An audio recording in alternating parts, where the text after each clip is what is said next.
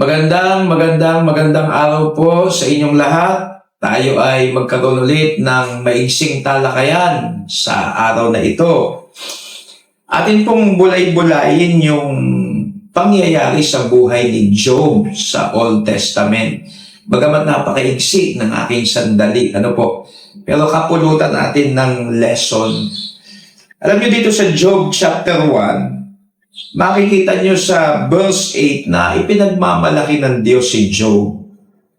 Meron po siyang 4 na katangian dyan sa verse 8 nakalagay, sakdal, matuwid na lalaki, natatakot sa Diyos at humihiwalay sa kasamaan.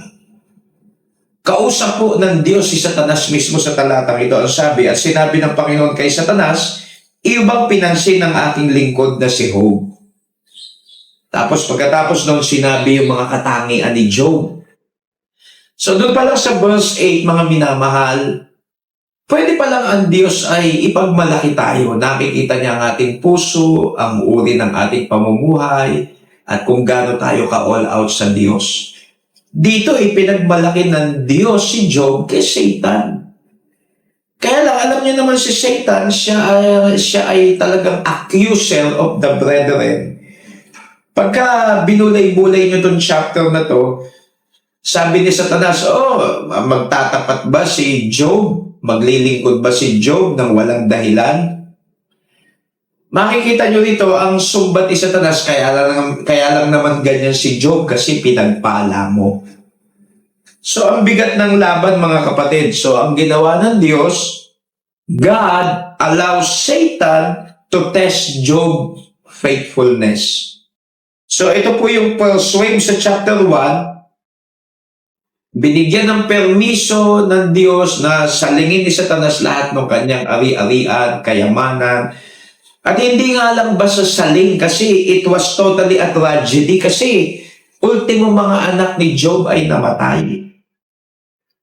At sa pangyayari yun sa chapter 1, nanalo ang Diyos sa pagpapakita ng paninindigan ni Job kung papaanong kahit sinaling ang lahat. Ang sabi po ni Job dito, yung conclusion sa verse 21, at sinabi niya, hubad akong lumabas sa bahay bata ng aking ina, at hubad na babalik ako roon. Ang Panginoon ang nagbigay, at ang Panginoon ang nag-alis, purihin ang pangalan ng Panginoon. So to make the story short, kahit na sinaling ni Satanas ang buhay ni Job sa pamamagitan ng kanyang mga anak at kayamanan, still, Job worship the Lord. Sumamba pa rin. Ganda na namang lesson nun sa ating mga mananampalataya na kahit na ano dinadaanan natin, kahit na may karamdaman, may bagyo ng buhay, pagsubok o tragedy na yan, huwag magbabago ang ating puso, patuloy na sasamba sa Diyos katulad ni Job. Nagkaroon ng second wave sa chapter 2. Pinagmalaki ulit ng Diyos si Job.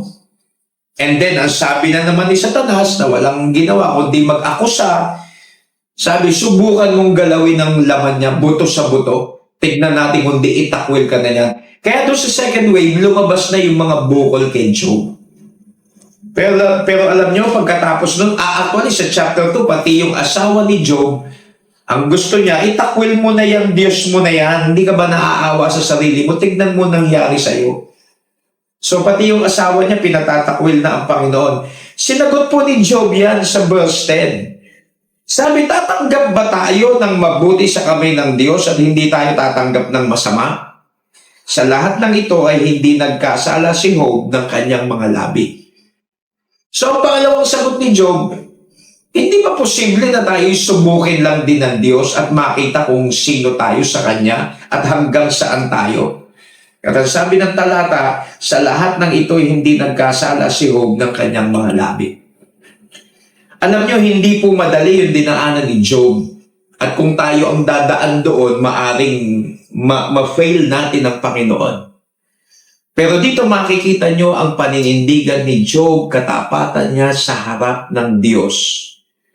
So, hindi ako magtataka kung bakit siya ipinagmamalaki ng Panginoon. Nakita nyo ba yung anak ko si Job na walang tulad niya sa lupa? So, isang lesson ulit dito, I hope na kung may dumaan sa ating buhay, na anuman na inalaw ng Diyos, tayo'y sinubok. I hope na makita ng Diyos ang paninindigan ng ating puso pagdating sa Panginoon. I hope makita ng Diyos, sasamba pa rin tayo. I hope makita ng Diyos na lalabas sa ating labi ay pagpupuri pa rin. Marami pang lesson dito sa buhay ni Job pero maigsi ang ating mga minuto, pero I hope kapulutan nyo ng aral. Sinasagot po sa talatang ito sa aklat ni Job, why do the godly suffer? Inalaw ng Diyos, with His permission, pero control niya.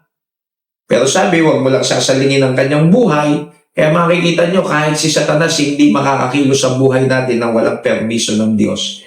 Alam nyo ang conclusion niyan pagka binasa nyo ang buong Job? Ang sabi sa Job 42 verse 10, at inalis ng Panginoon ang pagkabihag ni Job ng kanyang idalangin ng kanyang mga kaibigan at binigyan ng Panginoon si Job ng makalawa ang higit na dami kaysa tinatangkilik niya ng dati. Alam niyo, naging conclusion ko ano yung sinaling kay Job? Dinoble ng Diyos sa hulihan ng kanyang buhay. So I hope kung tayo dadaan sa mga pagsubok, magtagumpay ang Diyos sa atin, hindi si Satanas ang magtagumpay. So I hope kinapulutan nyo ng aral para lalong maging malinaw sa inyo. Basahin nyo po yung mga talata, chapter 1, chapter 2, tingnan nyo yung pakikipaglaban, tagisan ng Diyos kay Satanas at kung papaanong nagtagumpay ang Diyos sa pagmamalaki niya kay Job, sa buhay ni Job, sa pamamagitan ng kanyang response. So muli, hanggang dito na lamang ang inyong lingkod, ang Peking Kano.